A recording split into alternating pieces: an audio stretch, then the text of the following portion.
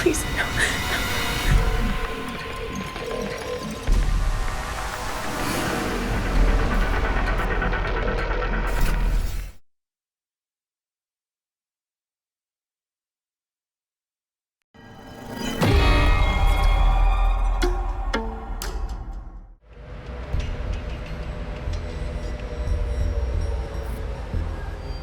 On July 25, 1984,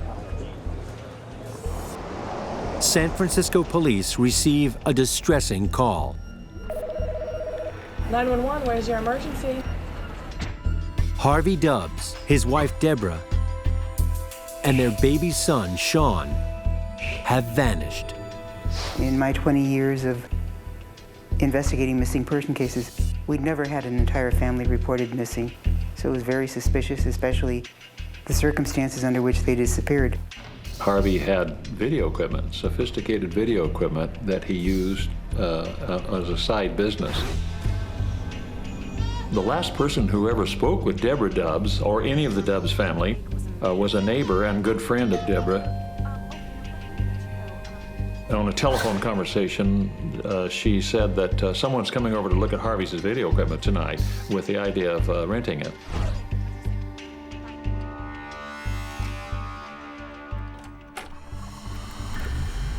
That's the last time anyone ever heard from the Dubs family.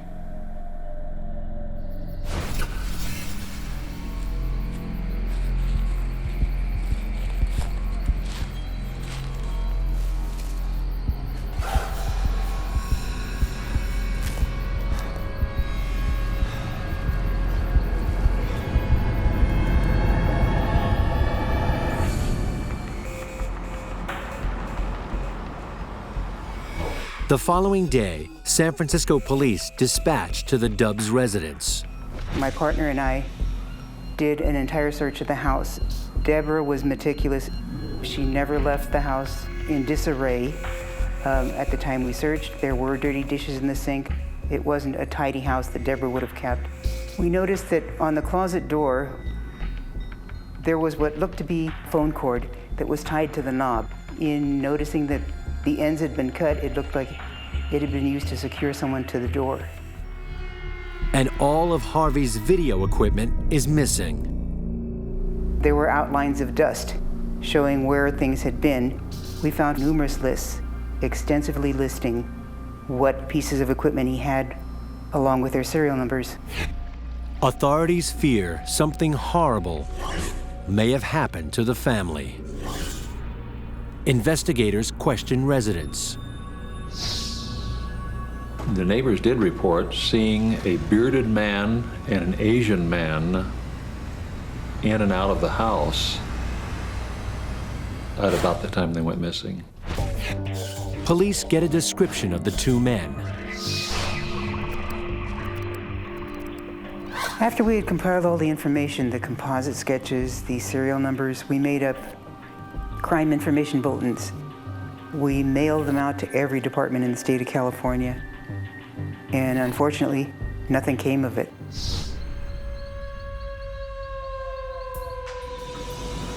Four months later, authorities investigate another mysterious disappearance.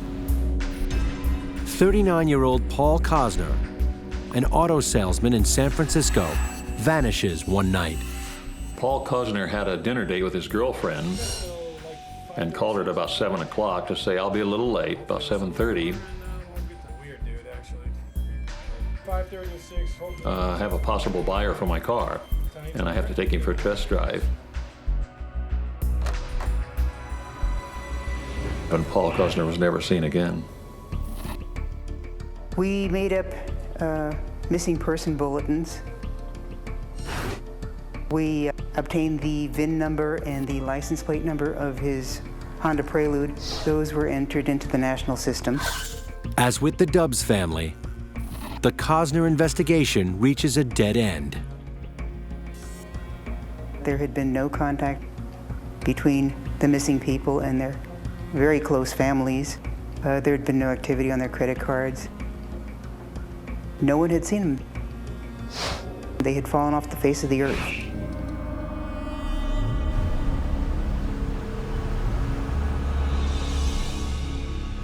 7 months later, on June 2nd, 1985, South San Francisco police receive a call about a simple shoplifting incident at a local lumber yard.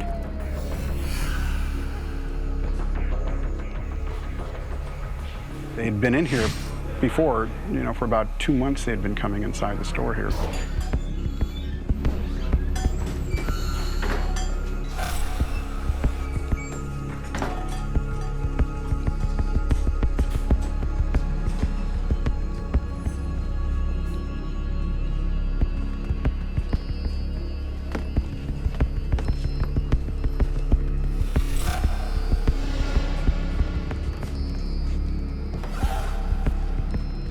One of the men steals a vise.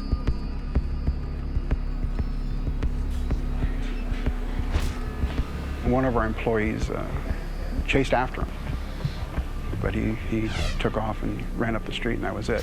And the other guy stayed inside the store. He said he's willing to pay for the vise and any other stuff that he may have taken.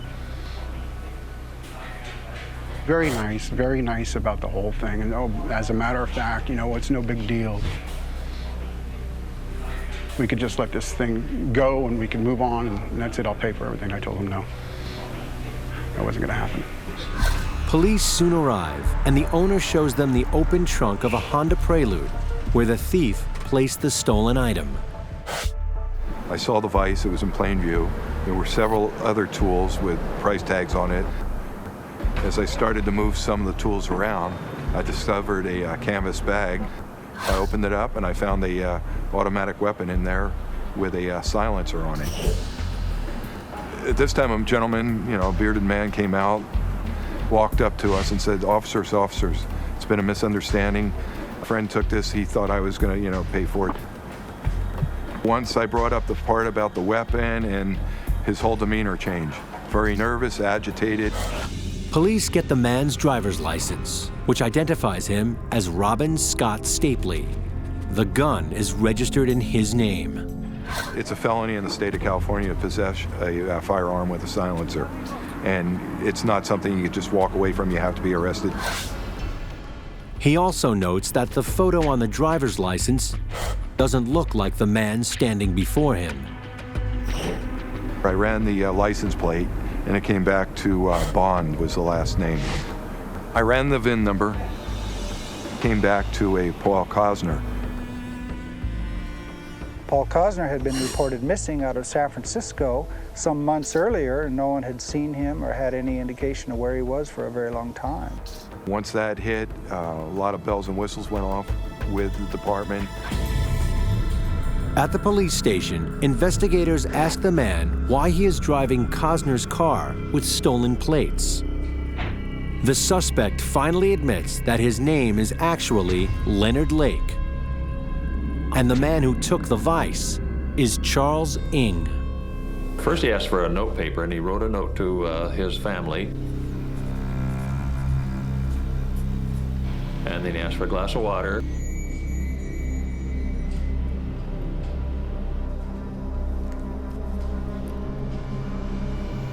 Lake suddenly collapses.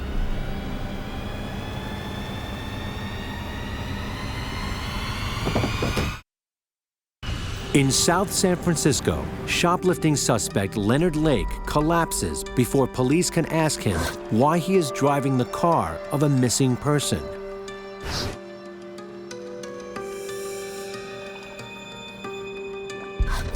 Investigators read Lake's letter and find it is a suicide note.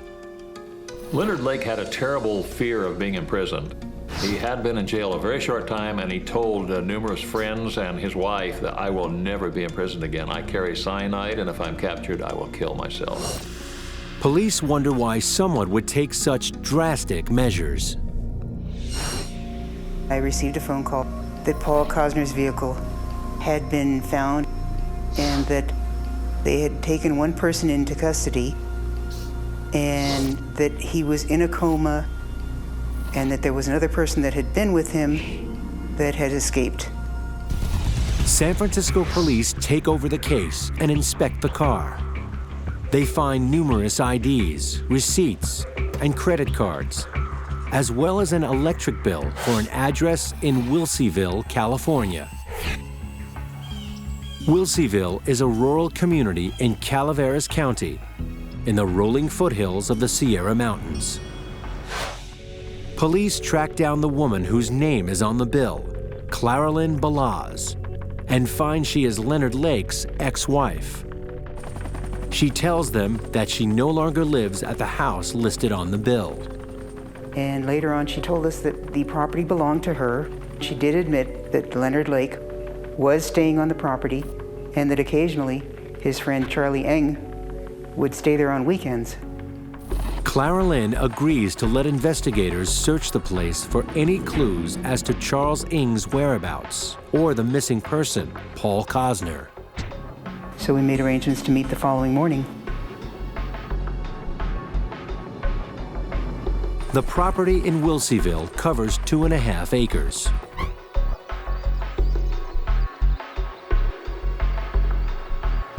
You had a feeling of unease when you went there.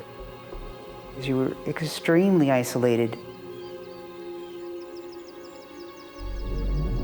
We went inside, took our time, found a lot of things that were unsettling. There was a bed with a wooden frame around it with eye bolts screwed into each corner, blood on the mattress.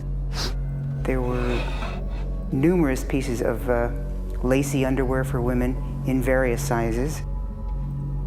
I noticed on the shelves various pieces of video equipment. I recognized one as being identical to that which had been reported stolen from the 𝙒𝙪𝙧𝙣 residence.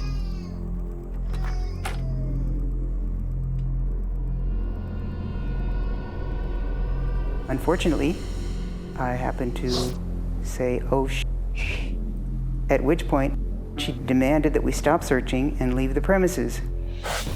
They return the next day with a warrant and run the tags on all the cars parked on the property. The two vehicles belonged to Robin Scott Stapley. They were registered out of San Diego County.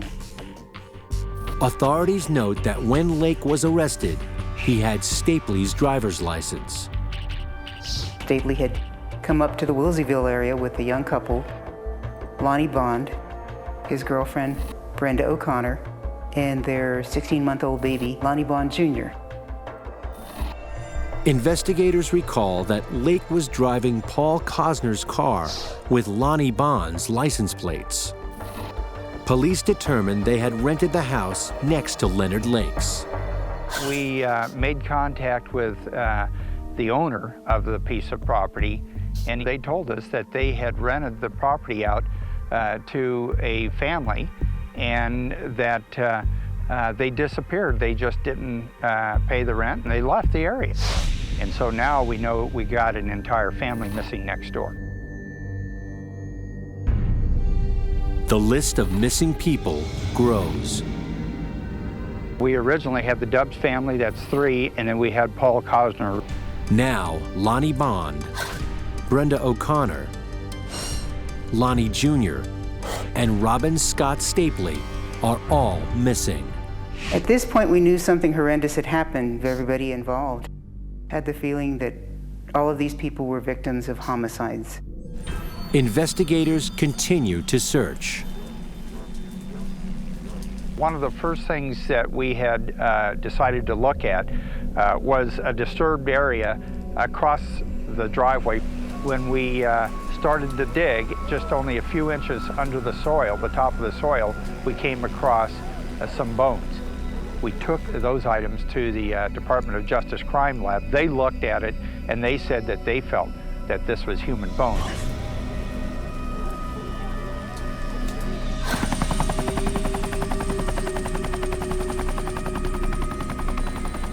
Our gut feeling is that this thing could spread and be very big. It's going to take a lot of manpower to do this and a lot of equipment. While they wait for assistance to arrive, police question the property's owner, Claralyn Balaz. She gives investigators their first glimpse into the demented mind of her ex-husband, Leonard Lake. What we know about Leonard Lake's childhood is little, but what we do know is really quite disturbing. Apparently, his mother was rather promiscuous. The inappropriate sexuality sets up a child for tremendous anxiety because it stimulates both curiosity and fear. So the child becomes very preoccupied with sex, even though it's frightening, unknown, inappropriate. And this is the way that a fetish or an obsession becomes established. When he was 18, Lake entered the military. Leonard Lake joined the U.S. Marines and actually served in Vietnam.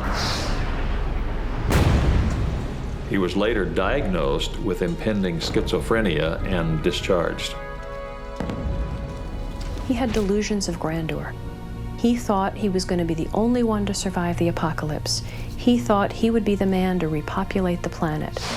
Lake returned to California, and in 1980, he met Clara Lynn at a local fair. The two clicked immediately and had many of the same interests. They married a year later and were soon introduced to Charles 𝐖𝐤 through a mutual friend. Charles 𝐖𝐤 carried a lot of anger with him. But it was when he paired up with Leonard Lake that he was offered the opportunity to engage and enact all of his bitterness and rage.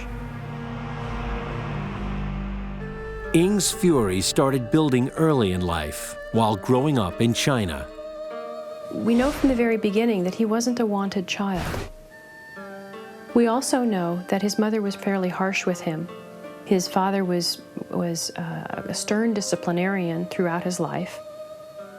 All of these are a setup for the development of cruelty or bullying behavior. Charles 𝐖𝐤 came to California when his parents sent him here to attend a school in the San Francisco Bay Area.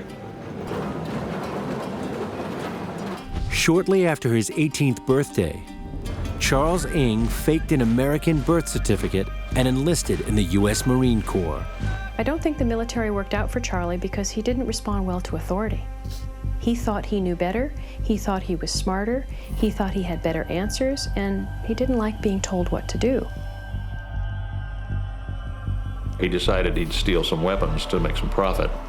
He did, and was caught soon, and was in the process of being court-martialed when a couple of guards relaxed a little and he walked away.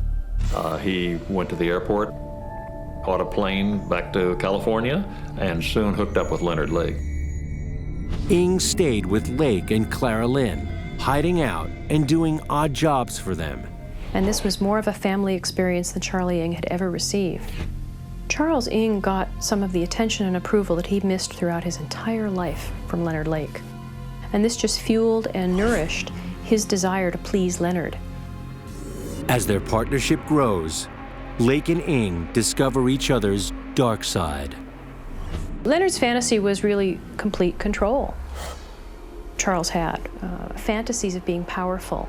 He had fantasies of being a ninja warrior or a special forces soldier. In 1982, federal agents locate 𝐤 through a tip and arrest him on the weapons theft and desertion charges. They also arrest Leonard Lake for possession of stolen weapons, but Clara Lynn bails him out. Fearing jail time, he skips his court appearance and goes into hiding. Clara Lynn refuses to join him. She chose not to live the life of a fugitive where they're constantly on the run, and they separated and divorced, but yet they maintained their relationship for years afterwards. While 𝐤 serves over 2 years in prison, Clara Lynn allows Lake to stay on her property in Wilseyville while she stays with family. It's an excellent place for a fugitive hideout. It's rural. The access is a long 200-yard driveway with a gate. It would be really hard to find a fugitive up there. When 𝐤 is released from prison in 1984, he joins Lake at the Wilseyville house. Together, they make their fantasies a reality.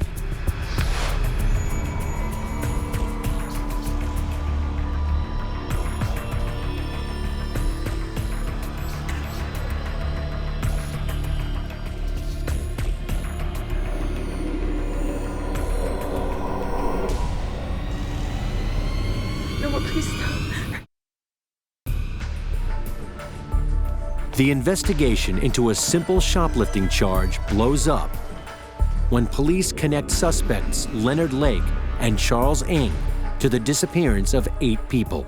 This particular investigation was different than most cases that we've investigated in the sense that instead of finding victims and then working to find out who the suspects were, we had found the suspects and we were trying to find out who the victims were. We were working backwards from the suspects to the crimes, and that made it very difficult for us. Searching the property in Wilseyville, California, police discover a cinder block bunker. I don't think it was obvious what the bunker actually was meant to be until the investigators had a look at it and they paced the outer perimeter. That made them have a closer look. Well, when you first walk into it, it looks like any kind of a tool shed. It had a workbench, it had tools, it had nuts and bolts and screws. They saw some odd piano hinges on one wall at a bookshelf. When they swung that open, they discovered the real horror. There was one room which was only about 7 feet long and about 3 feet wide, and there was just a plywood platform to be used as a bed, and there was a bucket that you could use to relieve yourself and a roll of toilet paper. And then there was in one of the walls a small window opening that had a one-way mirror so that a person certainly couldn't see out, but somebody from within the other side of that wall could look in and watch. We immediately felt at this point in time, this is a holding cell for somebody.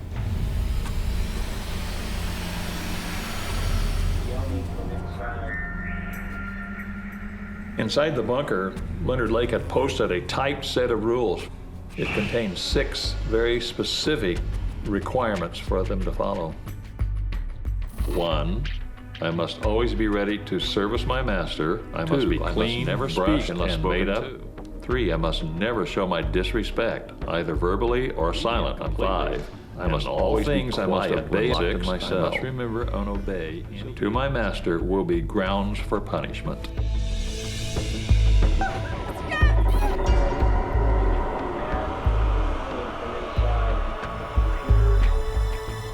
How did anybody feel that was in here under their control? I bet you it must have been just a horrible feeling day in and day out.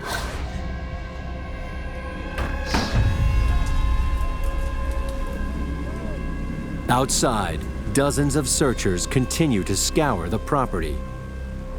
In front of the house, the inspectors found a soft spot in the dirt. In digging it up, they found a 5-gallon drum. What was found inside the drum was Leonard Lake's journals, driver's license, checkbooks, IDs belonging to Deborah Dubs and Harvey Dubs and Paul Kozner, also 2 videotapes. Lake's diaries provide further insight into his deranged fantasies. Leonard Lake had kept a detailed journal over a period of nearly 2 years. In it, he referred to the book, The Collector. It's about a simple man who is a butterfly collector. He gets in his mind the idea that he will capture a woman and hold her. And this is what he does. He creates a space for her in his home, he kidnaps her, and he holds her like one of the butterflies in his collection.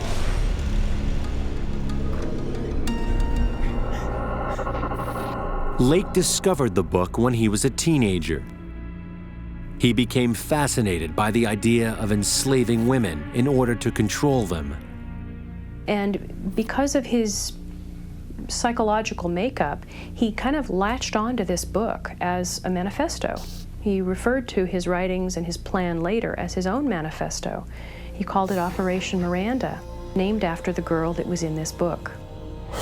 When investigators watched the videotape labeled Soliloquy, they realized that Lake used the bunker to carry out his plan. I want to be able to use a woman whenever and however I want. And when I'm tired or satiated or bored or not interested, I simply want to put her away, lock her up in a little room, get her out of my sight, out of my life. The purpose of that cell and the main purpose, hence, of the building will be the imprisonment of a young lady who probably at this moment is unknown to me. The videotapes really gave us a sense of what Leonard Lake was like, what he was thinking, talking about enslaving women, having them submit to his sexual fantasies, that they were going to be basically used for sex, cooking, house cleaning. With Leonard Lake, we had both a sociopathic personality, which is someone who has complete and utter disregard for the rules, but we also know he had a very strong narcissistic component. His control and his obsession with making sure every element of the manifesto was met in a very specific way. Well, the bunker describes Leonard Lake in as much as when he decides he has a fantasy and wants to fulfill it, he certainly does. The horrific monument that he actually built and then used it. He actually used it. And to be in there where these women were is horrifying, that they were trapped in there and there was nothing they could do, and it was totally dead silent in there. There was no noise whatsoever, and it was pitch black in there. It was a very sad, scary place to be.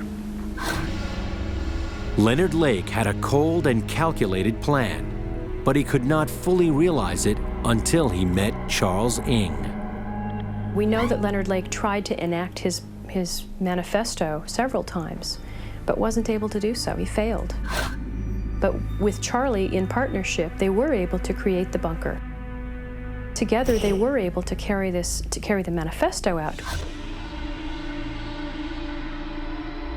Leonard Lake and Charles 𝐖𝐤 were a classic bully-victim pair. Leonard was the predatory bully, and I think at some level, Charlie 𝐤 was reenacting his victimization with Leonard. And so together they were, in essence, a lock and key. They were a fit. Authorities hope a second videotape labeled M Ladies will tell them who Lake and 𝐤's prisoners were. When the investigators watched the M Ladies tape, they were horrified and stunned. They had to go outside afterwards to get a breath of air. Shut up! Shut up! Shut up!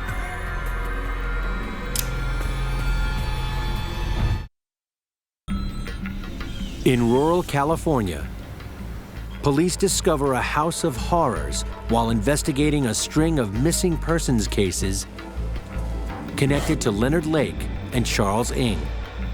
A videotape manifesto by Lake himself indicates they may have followed through with their sadistic fantasies.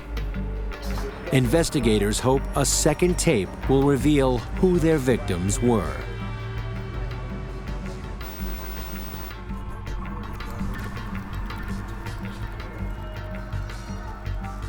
They see Brenda O'Connor, who along with her husband Lonnie Bond and their infant son Lonnie Jr. had disappeared after renting the house next door to Lake. Leonard Lake was very demeaning to her. She was handcuffed. He was telling her that he wanted her to submit to his and every wishes, whether it be cooking, cleaning the house, or any sexual favors that he wanted. Brenda was crying for her baby. Leonard Lake said he's sleeping like a rock. That's just a matter of fact. It was astounding and horrifying to see the fear of Brenda illustrated. It's very, very disturbing to see someone in that raw footage, and it's not a fantasy, it's really happening to her. One of the most prominent elements of the videotapes is to watch Leonard Lake's behavior. He is so cool, even to the point of a quiet voice. Nothing ruffles him. It's so clear that he has a plan. He's following his plan. He's meticulous in detail. Charles 𝐤 was like a wild animal. He was cutting her clothes away, no regard for her. It was just like this was going to be his reward. The pleasure is in the pain. It's about the process of torturing them, seeing them suffer, making them be the victim that he hated being, making them the vulnerable that he hated to feel. Also on the M Lady's videotape is a woman identified only as Kathy. Kathy obviously was very, very scared, but I think almost scared to a point of shock, which it seemed as though wasn't even comprehensive of what was happening yet. She obviously didn't want to do what they were asking her to do, which was to remove her clothes. Everyone in there would just couldn't believe what they were seeing, this torture of these women, this blatant, violent, cruel acts. Further investigation reveals that Kathy is 18-year-old Kathy Allen, who disappeared 2 months earlier on April 14th, 1985. Kathy Allen was the girlfriend of a man Charles Ng had known in Folsom Prison.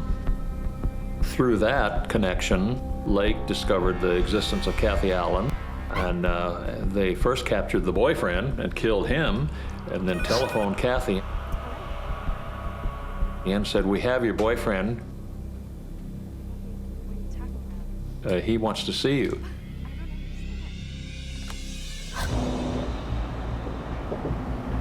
They drove down to San Francisco and brought Kathy back up to the 𝐖𝐤𝐜𝐵 cabin. And she suffered some horrors, and she was imprisoned in the little cell. As the massive search at the 𝐖𝐤𝐜𝐵 property continues, investigators calculate the true scope of Lake and Ng's crimes. There were thousands of pieces of evidence that we discovered there.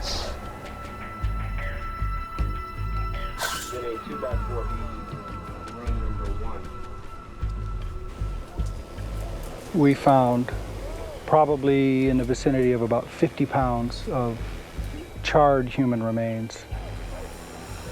There were 5 complete bodies, part of a 6th body that was discovered. 2 of the bodies were wrapped in a plastic, after they'd been stuffed inside of a sleeping bag. They were bound and gagged, and there are handcuffs behind their backs. It looked like they had been shot in the head. We found other people who had been buried on the site who had also been shot in the head. We know for certain that 11 victims were killed and the remains were buried here. There's a number of others that we're not sure about. In all, police suspect that up to 25 people were killed by Leonard Lake and Charles Ng. As authorities search for a motive, a pattern emerges. Lake and Ng chose victims for 2 reasons. First, they wanted female victims to use as sex slaves. Second, they wanted male victims from whom they could profit.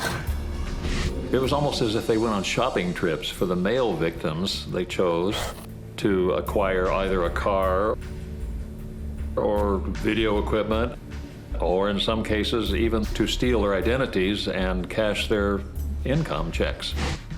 Investigators discovered 2 more victims connected to Lake and Ng: Cliff Parenteau and Jeff Gerald. A few of the people that Charles Ng worked with were murder victims as well, and it's believed that they held a little bit higher position within the company that he worked for, and he wanted that stature. He wanted to be able to have a little seniority, and so by simply eliminating those people, that would put him into that position.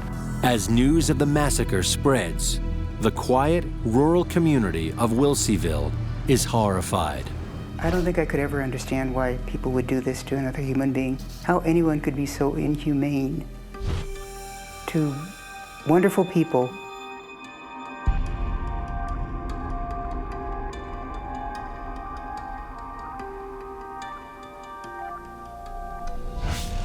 Investigators have many questions, but Leonard Lake cannot answer them.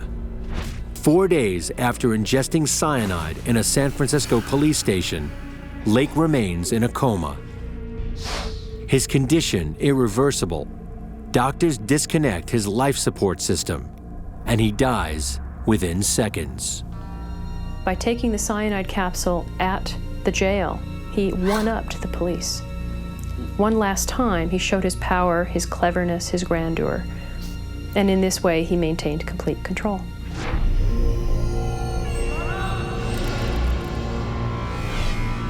That leaves Charles Ng.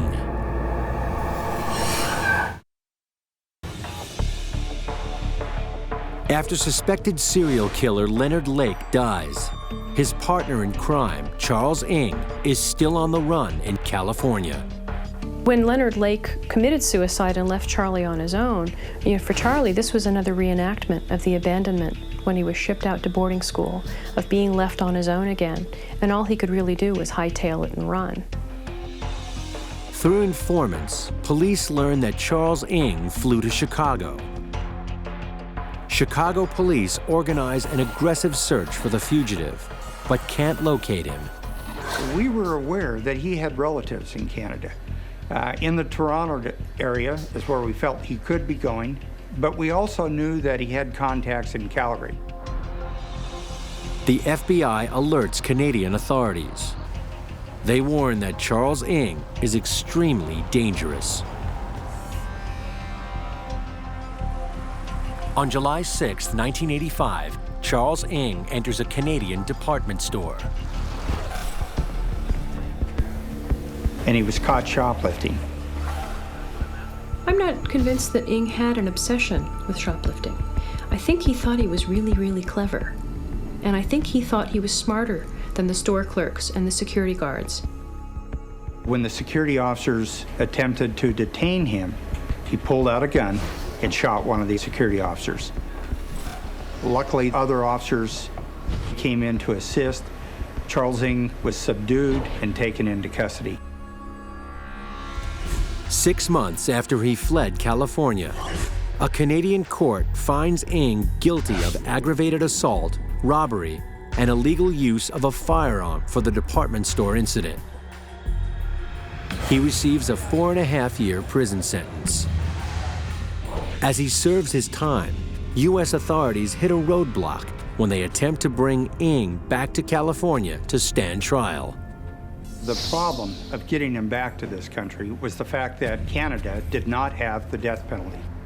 And their practice was not to release prisoners back to the United States to face death penalty charges.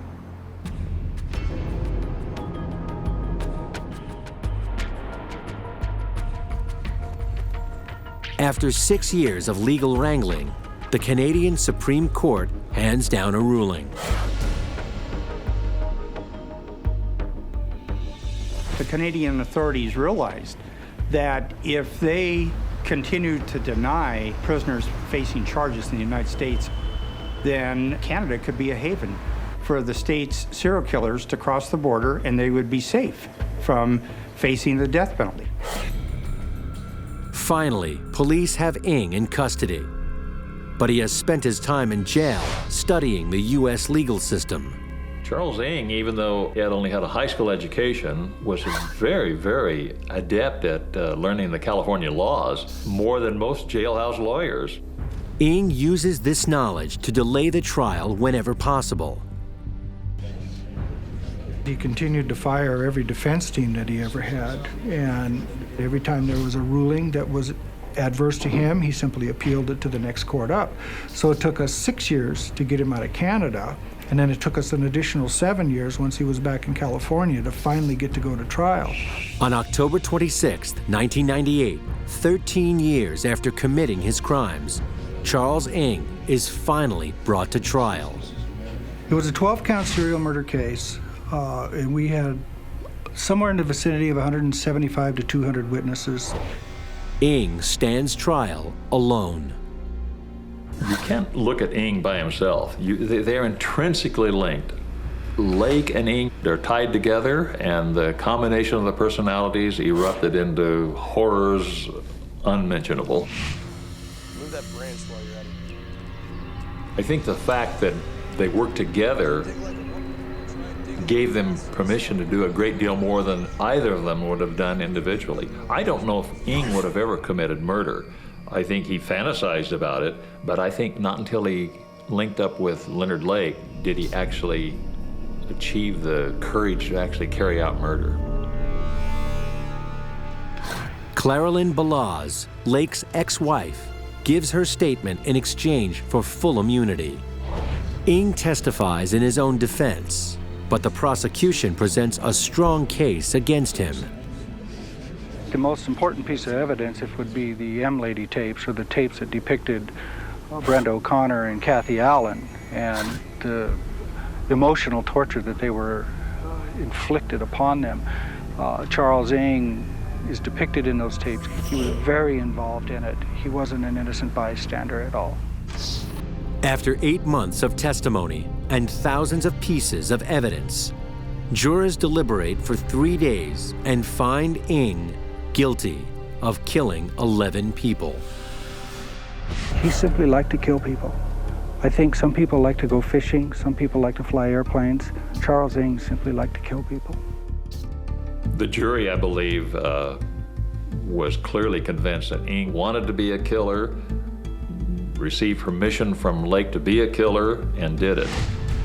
On June 30th, 1999, Charles 𝐖𝐤 is sentenced to death for the murder of 11 men, women, and children. It is a time for relief and remembrance. We had a memorial service. There were no funerals because there were so many victims that we could not determine their full skeletal remains. Their bodies had been burned, the bones had been crushed. So there was a stone that was erected at the People's Cemetery, and it was in honor and the memory of those who died in the Wilseyville Massacre.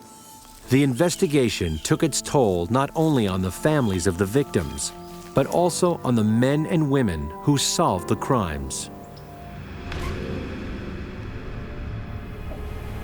I think it's easy to label someone as a psychopath, but when you stop and you realize the calculations that these people did in order to accomplish it, they're not nuts.